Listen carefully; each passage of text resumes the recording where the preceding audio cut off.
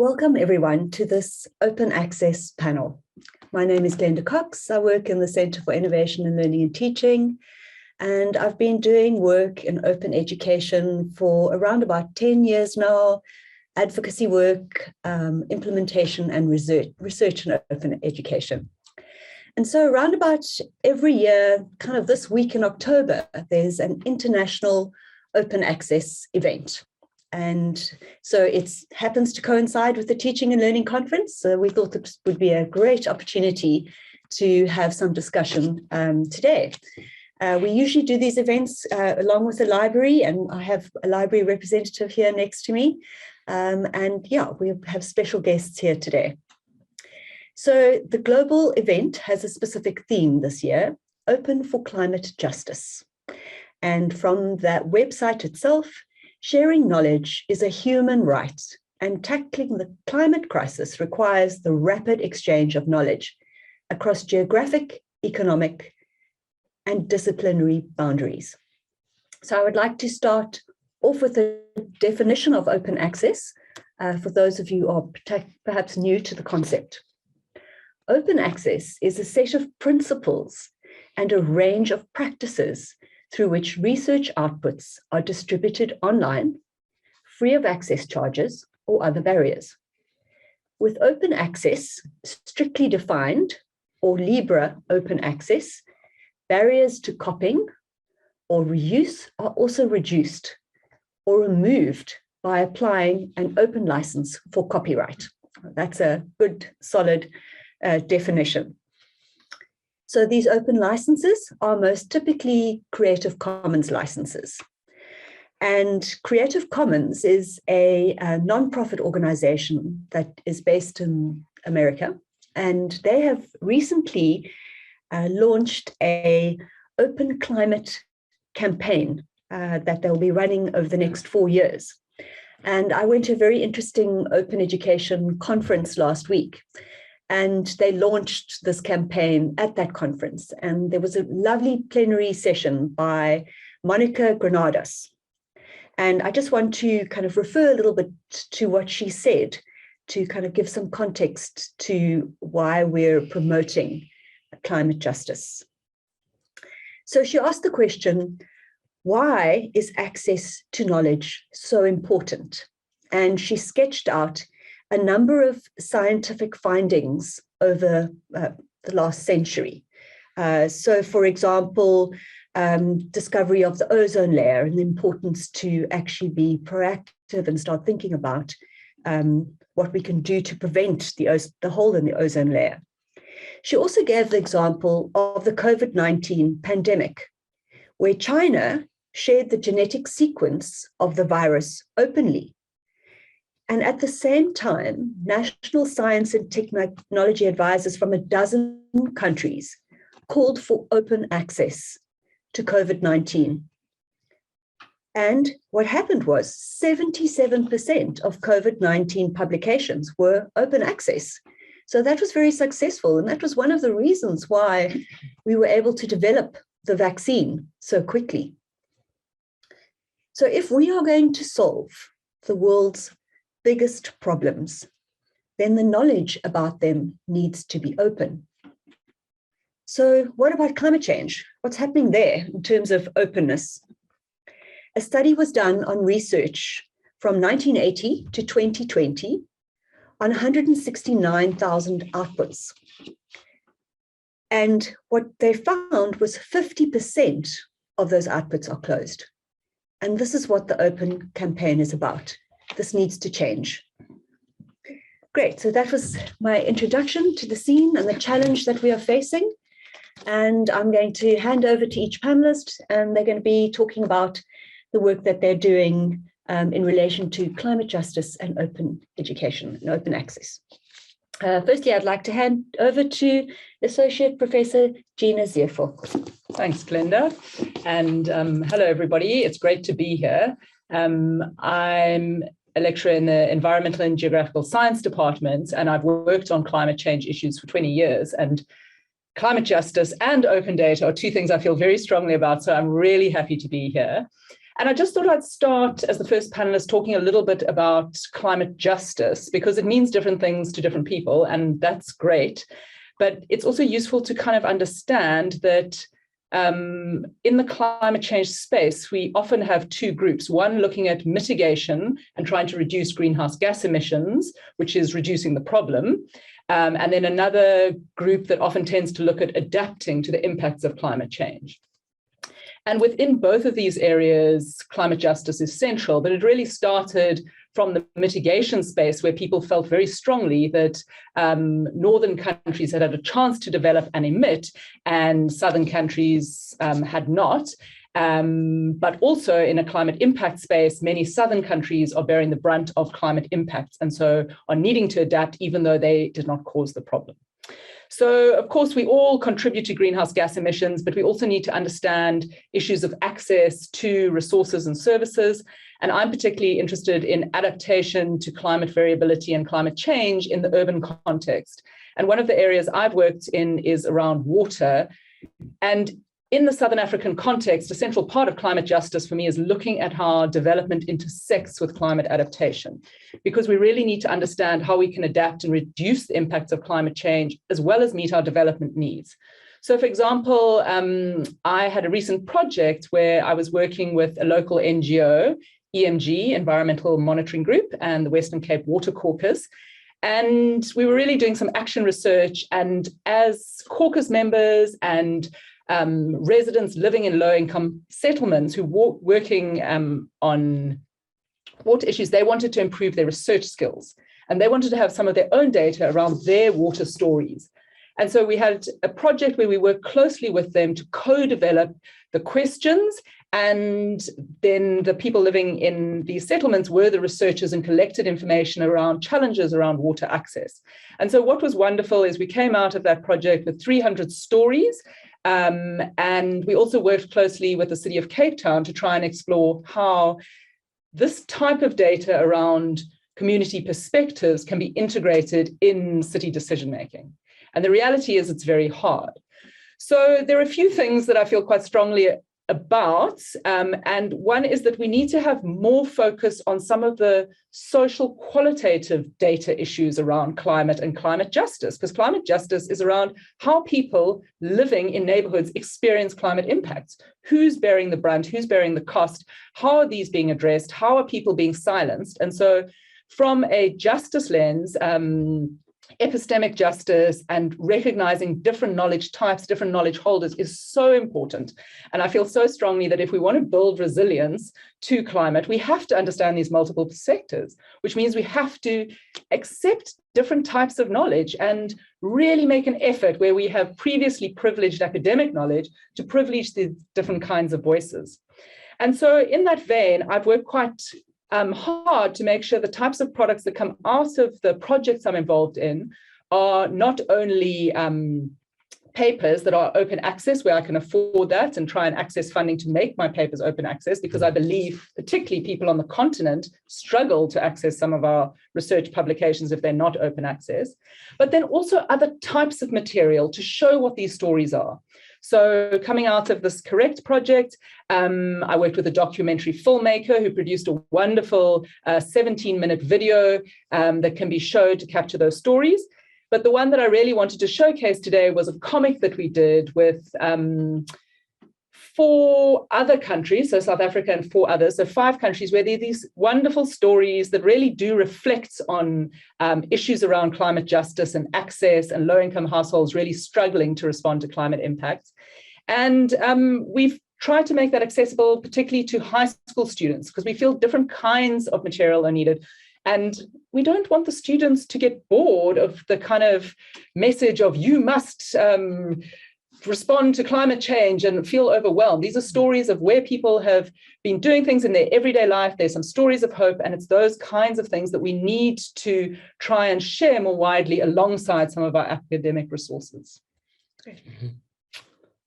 Thank you, Gina. Great. Okay. Next is Amber Abrams. Hi there, thanks for having me. I'm Amber Abrams from the Future Water Institute, a Carnegie Deal Junior Research Fellow. And the Future Water Institute does transdisciplinary research focused on water and sustainable water futures. So our main focus is around climate justice. And the kind of hats that I wear at Future Water are both the social anthropology, so the engaged research and translation of the more technical scientific concepts that we're working with into kind of for wider audiences. And also I wear a public health hat, and I'm doing work around health vulnerability in the context of climate change, and the justice aspects relate to the reality that health vulnerabilities are often most felt by people who live in informal areas or areas where there's less economic resources and attention.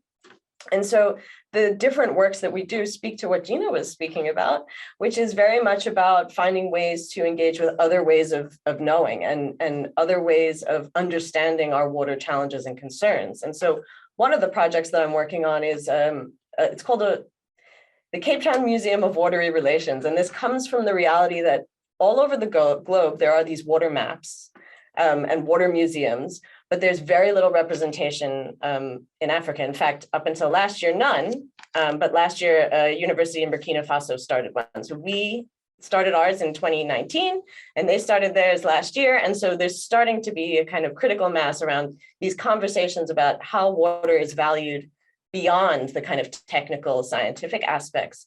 And this is an open access platform, an online map where citizens themselves can engage. And in fact, we've been able to piggyback on Gina's work with the EMG and the Water Caucus, where we've been able to publicly display those 311 stories around people's experiences with water, in an effort to get everyone to understand that water infrastructures, water fixes, these quick fixes and technologies aren't always what everyone would want and what is acceptable to every resident, for example. And some of the work we do is just going out, working with young people, getting them to talk about their relationships around water, what water means to them, who they interact with to get water. Most of us don't think about these kind of deeper relationships that come out of water. Water's an agent, it makes us act. And so there's all these spaces where being able to share how we believe or feel or interact with water can create a momentum behind other solutions, not just the kind of technical quick fixes. So I brought some pictures because I thought that might be fun for everyone. And these are just some pictures of what young people have kind of created. I don't know, camera, sorry. What young people have created around, their relationships with water. And we do this through arts-based exercises. We use murals to get people to think about where they fit in the watery relations. And then we try to make all of that data open so that other people can work with it. And we're always looking for collaborators. So for us, the climate justice aspects are about creating a space to create discussions and then find ways to work with others to find creative ways forward. Yeah, that makes sense. Eh? Okay, cool. Great, it's fascinating. Wonderful. Thank you for sharing that. Great, I'll move on to the next presenter, Daniela Mangwana, who's from the UCT Green Campus Initiative. Please tell us about yourself and your project. Yes, thank you. I'm Daniela Mangwana, and I'm in the incoming head of the GCI Society. So this is basically an organization on campus. We focus on promoting environmental sustainability on campus. So basically, we started in 2007, and we actually the other day just celebrated our 15-year anniversary. So that was very exciting. So basically, I think when speaking about the problem of climate change as well as climate justice, I think open access is very important so that we can promote transparency. And I think in terms of everyone on this earth is a stakeholder when it comes to climate change, and this is why we should be able to have an input on all decision-making processes and know about all the new developments as well as discoveries that are made in terms of this issue. So that it's important to have people that are interested in this problem, because this allows there to be an accountability in terms of the actual leaders and people who are making these decisions. And also in terms of the research that's actually being done. If there's more people that actually are able to interact with this research, then there's able to be a debate. And once more people are having an argument, this can influence the decision makers as well. So I think it's also important because the actual impacts of climate change are being felt by those in less developed nations. And this is why there should be more research from African nations, African researchers, and there should be more access to indigenous knowledge. So basically, I think that in terms of GCI, we're in a very good position to be able to engage with the students because we're having that interface between this large institution with all of this resources and literature and the students who actually want to tap into that. So there was actually a survey done by Students Unite that actually 76% of students are really interested in climate change, and they think that it could have a huge impact in their future careers. So we see that there's a large amount of people who want access to these resources, but there's not a large amount of these resources, especially from African nations, and especially from the people who actually want to, where it's going to be influenced the most. So I think in terms of the GCI, we, of course, this is all incoming because I'm thinking of all of these events that are going to happen in my term. So there was actually an event we did have this past week in terms of sustainable fashion, and we were looking at the fact that there's actually a large amount of fashion waste. And it was kind of like a trivia night. And you can see that although people, they might be hesitant at first or trivia, but actually people are really interested to learn about all of these different issues.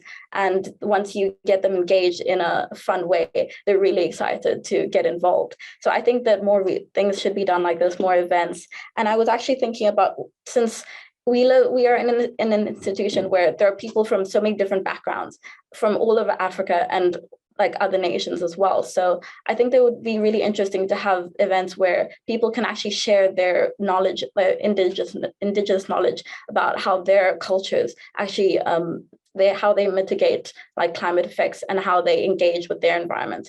And I think that this would definitely be able to open up people's minds and allow them to have see things that they've never experienced before.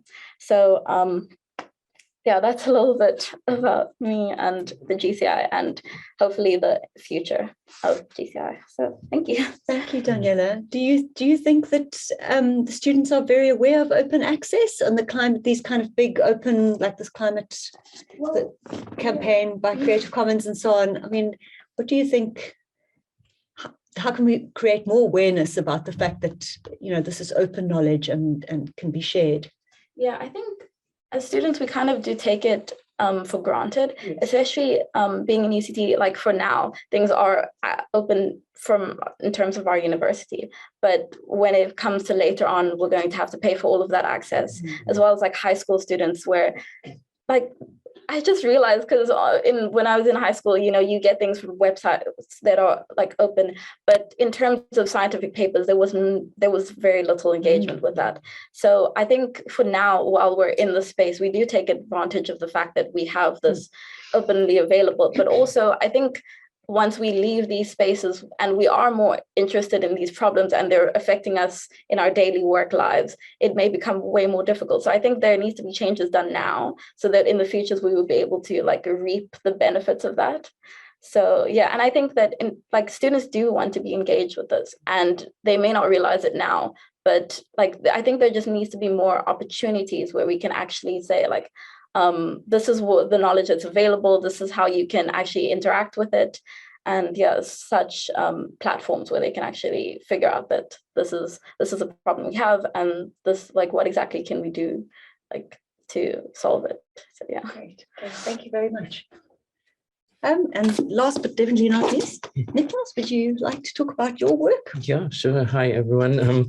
And I think that's a very, very good segue. You're speaking about access and also about before and after, your life on campus. And I think that's very much one of our concerns at Digital Library Services within UCT Libraries, is to assist, to sort of partner with stewards and creators of data all across campus in thinking about how they might make their outputs, whatever shape they take, accessible forever. Forever is a very short time, as somebody cleverer than myself has ever said, but it's very difficult when you look at the tension that the landscape that libraries find themselves in, university libraries, with publishers. So to cut a very, very long and complicated story into a very sort of nutshell scenario, what typically tends to happen is researchers need to produce outputs. Publishers come in and say, we'll publish them for you, and then libraries have to buy the subscription to those outputs back from the publishers, even though the source community where all this knowledge was created gave that information to the publishers very much for free, including the peer review, which is also not paid for. So we're doing an enormous amount of labor within the institution, giving it away and buying it back from publishers. And libraries live in this kind of, or work in this kind of incredible tension, because we, at the same time as having to find the money to subscribe and give the access on campus at least, but not beyond, which is the problem that you've highlighted so correctly, we do offer services to make things openly accessible. We have a wonderful new platform for open monographs. We have a platform for open journals. We have a platform for open data. And all of it is free to use. And for instance, right now, in terms of active users of the open data repository, which is called Ziva Hub at UCT and runs on a system called Figshare for institutions, which is also being used by university libraries all across South Africa. We have about 1,000 registered users right now, of the 30,000 that could potentially just log in, because somehow it's not that well known about, even though we've been working very actively day by day on this for about 5 years. But you see, I think publishers wouldn't like to see you make your knowledge freely available. They would like to be in between. And so this is one of the things where we can definitely say, please make use of us, please make use of the library, please engage with us, even if you're too busy, maybe assign an assistant to work with us for a while and think through. And usually it's not a long conversation. Think through a strategy of how to make all these non-traditional outputs, as well as the journal articles and so on, that are sort of more the traditional literature repository type outputs, for which there's also a repository at UCT called Open UCT, which of course you all know about, but the world needs to know about it again and again and again and be reminded. We have all these systems, we have staff permanently employed to make open access possible at the institution.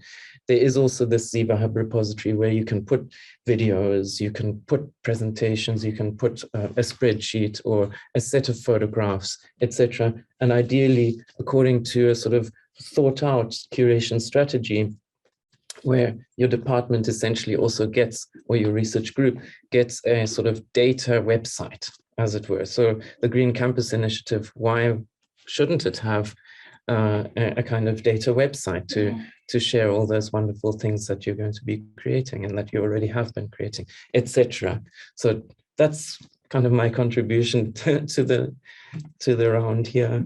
Well, and it also just offers a really interesting point of comparison. It's not just about open access publication, it's also about open access and data sharing and collaboration and working across our departments to see where other people's data could be useful to our ends and think differently about our efforts. And even in spaces amongst students where, you could be touching on a future fashion designer and getting her to think different, or him think differently about how they might design clothes so that there's less waste, for example. And I think that's just a really important thing for us to remember. I think we've got the institutional support. Yes, we don't necessarily have resources and money to kind of help out at the moment, but and we may not get the sort of formal recognition perhaps for doing some of the work, but we definitely are getting into a much better space, we're better placed than we've ever been before in terms of being able to openly share teaching materials, research data, we have the support. Now is the time to make a difference. Mm. I have, one question disappeared. Mm. Okay. Let me see if I can get, okay. All right, so I've got a question here. I'm actually going to start with a question from Lena, who says, what is climate justice in simple terms? One of the speakers stated that in climate change, everyone is a stakeholder. What is my role as an ordinary citizen who is not in a climate change research field? What is expected of me to support climate justice? Anyone like to respond? I think perhaps Daniela, you said that. Well, I think in terms of GCI, we're kind of the people who want to involve the normal average, citizen in issues of climate change and climate justice. So I think, there's always the things that you hear about, recycle and make sure that you switch your lights off. And I think that there's definitely there's things that you should do as a default setting. So, and I think that in terms of this problem that we're talking about now, I think engagement would be the most important thing you could do as an average citizen, because the fact that we need more support for this movement, we need more people who are saying that this is what I want, this is what this is what we feel to be right, and the people who actually engage with these, for example, the library resources, and actually just kind of participating, because as much as you can say there are these resources out there, there needs to be people who are actually engaging with them. And I think also to look for, to make yourself an informed citizen, someone who actually looks for these resources, someone who looks for ways that they can help out, because there are many things out there where people can actually get involved, where you can volunteer to have petitions. And so yeah, I think being an informed citizen and making sure that keep being updated by whatever is happening in these forums, and attending panels like this is already a great start, I think. So yeah. Can I maybe add, because for me, climate justice as an individual is both about understanding more about my impact on the environment and how much my activities are, how many emissions there are, etc. But in the context of climate justice and living in South and Southern Africa, where inequality is so high, it is also about basic development, I feel. So as a citizen, if there is a flood, my house is fairly well protected, whereas I know there are people living in informal settlements whose houses are not well protected. And so I think getting involved in development issues that help many of our citizens to cope better with everyday challenges, or just having better employment so that they can go and buy their kind of goods that they need to help their child who's sick from a diarrheal disease after the floods, is as important a part of climate justice. So I think it's very much about being an engaged citizen who understands the climate and the development issues in this. Great. Okay. Any other comments?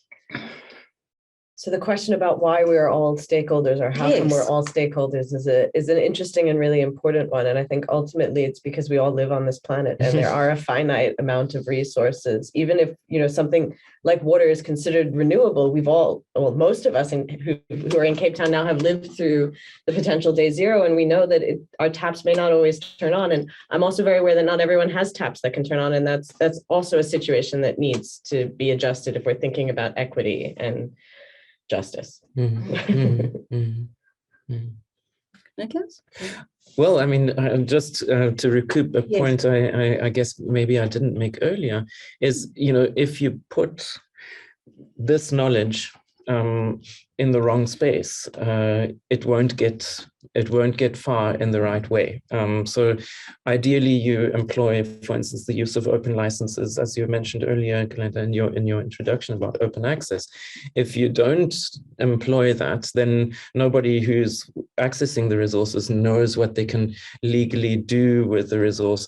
They don't know how to cite it, they don't know how to reuse it, etc. So it is very important to sort of also be an informed, as it were, scholar. I don't want to be exclusive of citizens in that sense, but to be active in also knowing about, to be informed and knowing about which spaces to make use of, so that they are there's almost an environmental issue in terms of data as well.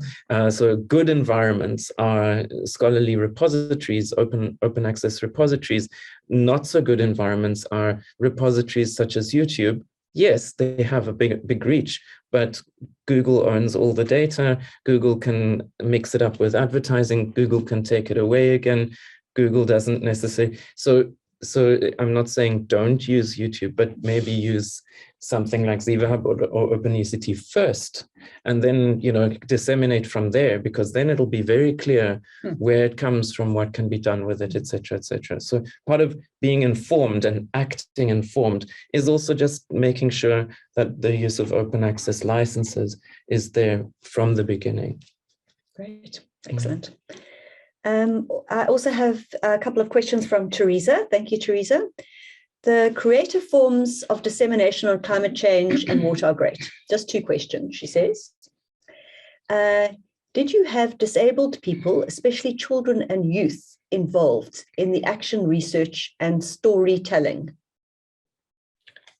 Storytelling? So my projects where I do engagement, they're in open public spaces and anyone is invited to join. So often at festivals or beach friends. We also do workshops with schools that partner with us. And of course, then whoever's in the classroom is welcome to join. The story work, the sense maker work that Gina's done, I can't really speak to the process. So I'll leave that to Gina. Yeah, I mean, the people were collecting data from people in their community. So with various challenges. There were quite a lot of access issues that came up in the stories around health, particularly elderly people and challenges they had.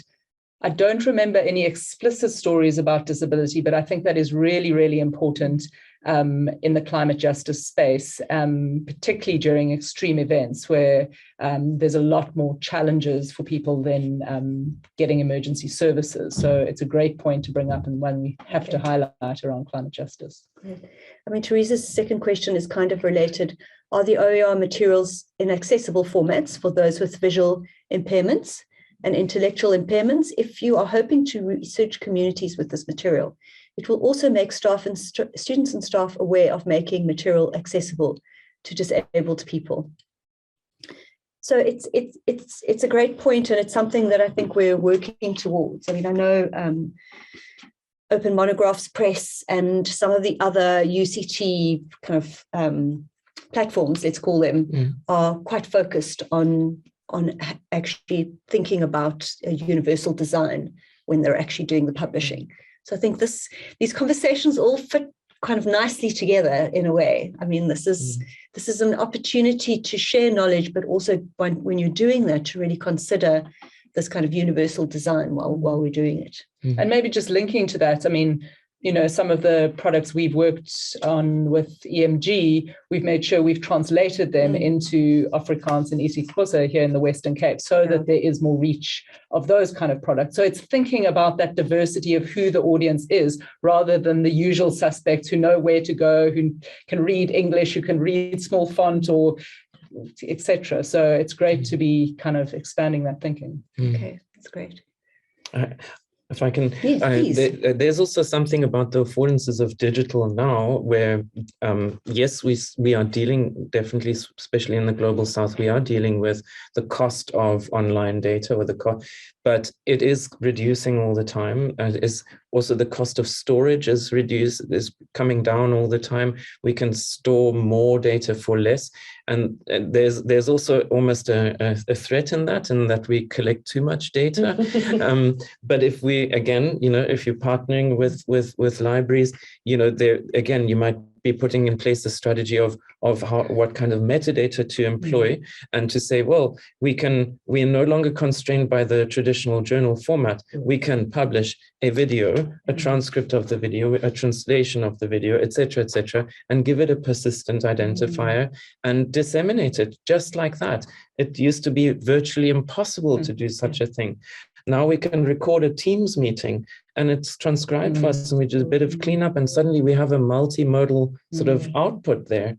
And all we need to do is not just give it away, but, publish it in, open access.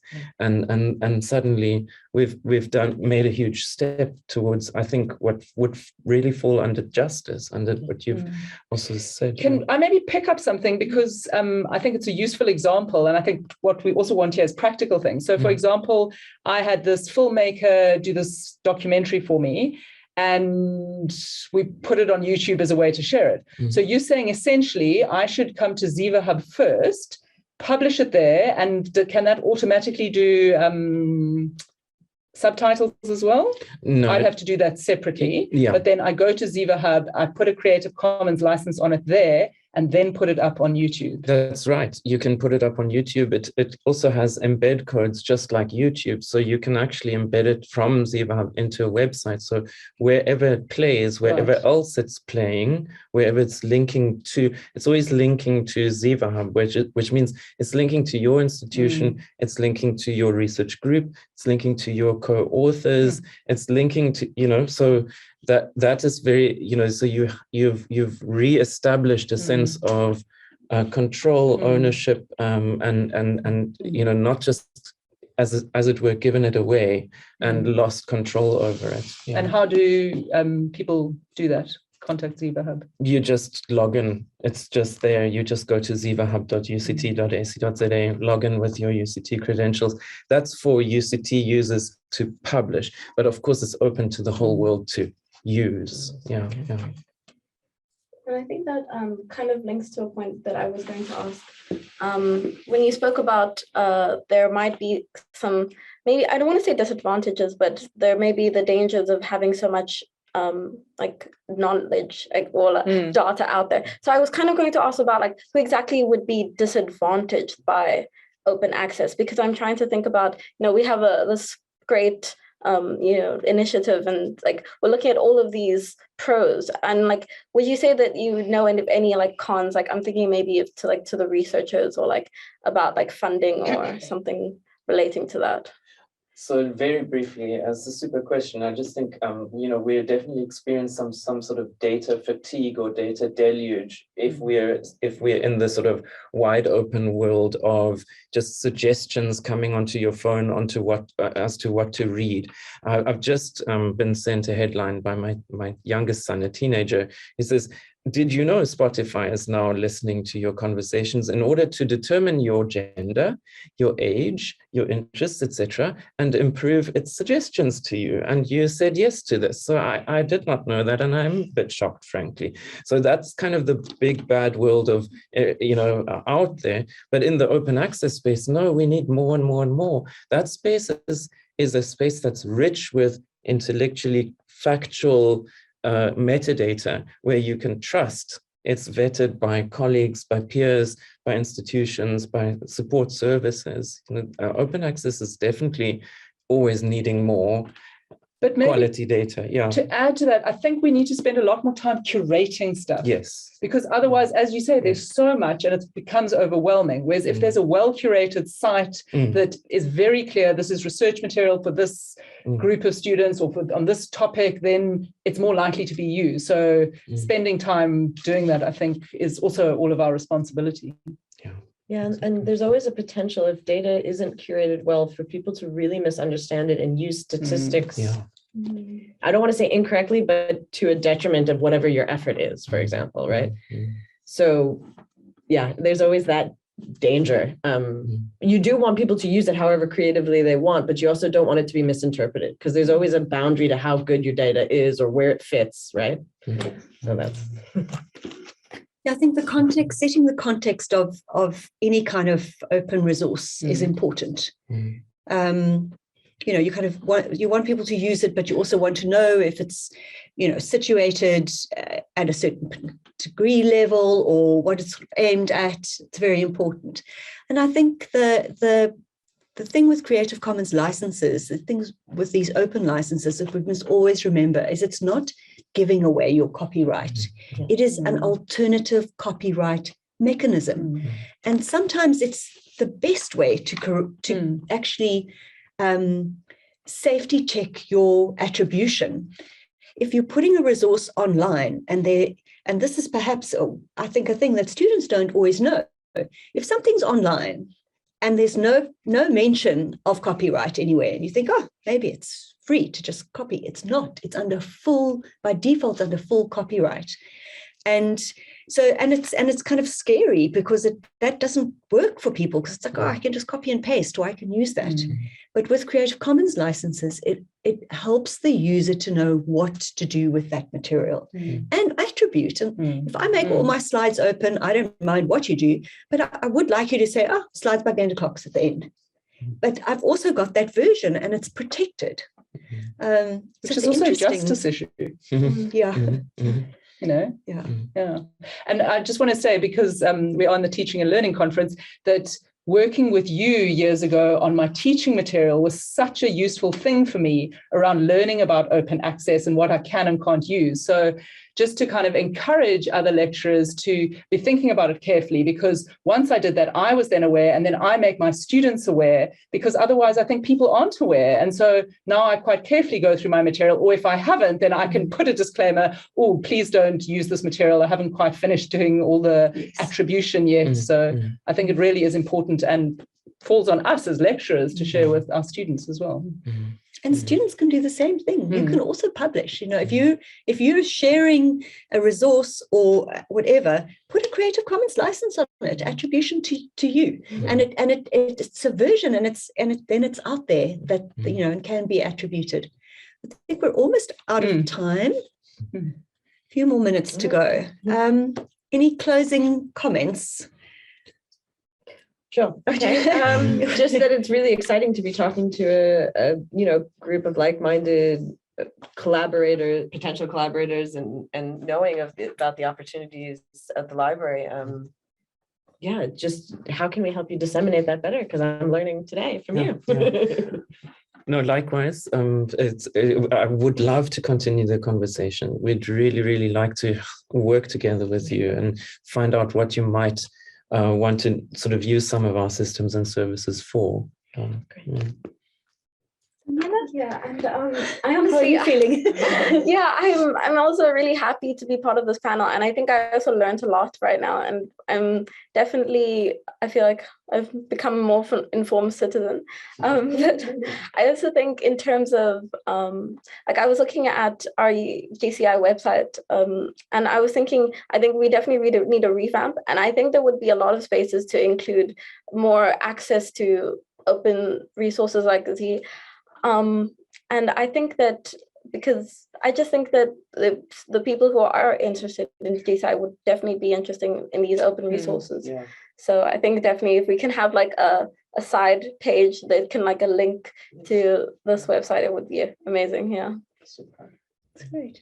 Can I just say something that I didn't mention earlier that I wanted to, is that I really appreciate UCT's efforts to support open access. So I've applied to the Open Access Publishing Fund to help make my articles open access. And I feel very strongly that that is something important in the climate justice space, but also in the open access space. So it's great to have had that. And yeah, I think UCT is putting a lot of effort into open access, which people then need to come back and use, because there is a lot there. So thank you. Great. Good. Okay, I think that's about all from us. Thank you so much for joining. This was a wonderful conversation, and let's go for climate justice. Thank you very much. Against those publishers. Yeah, Against those exactly. publishers. Thank you. Thank you.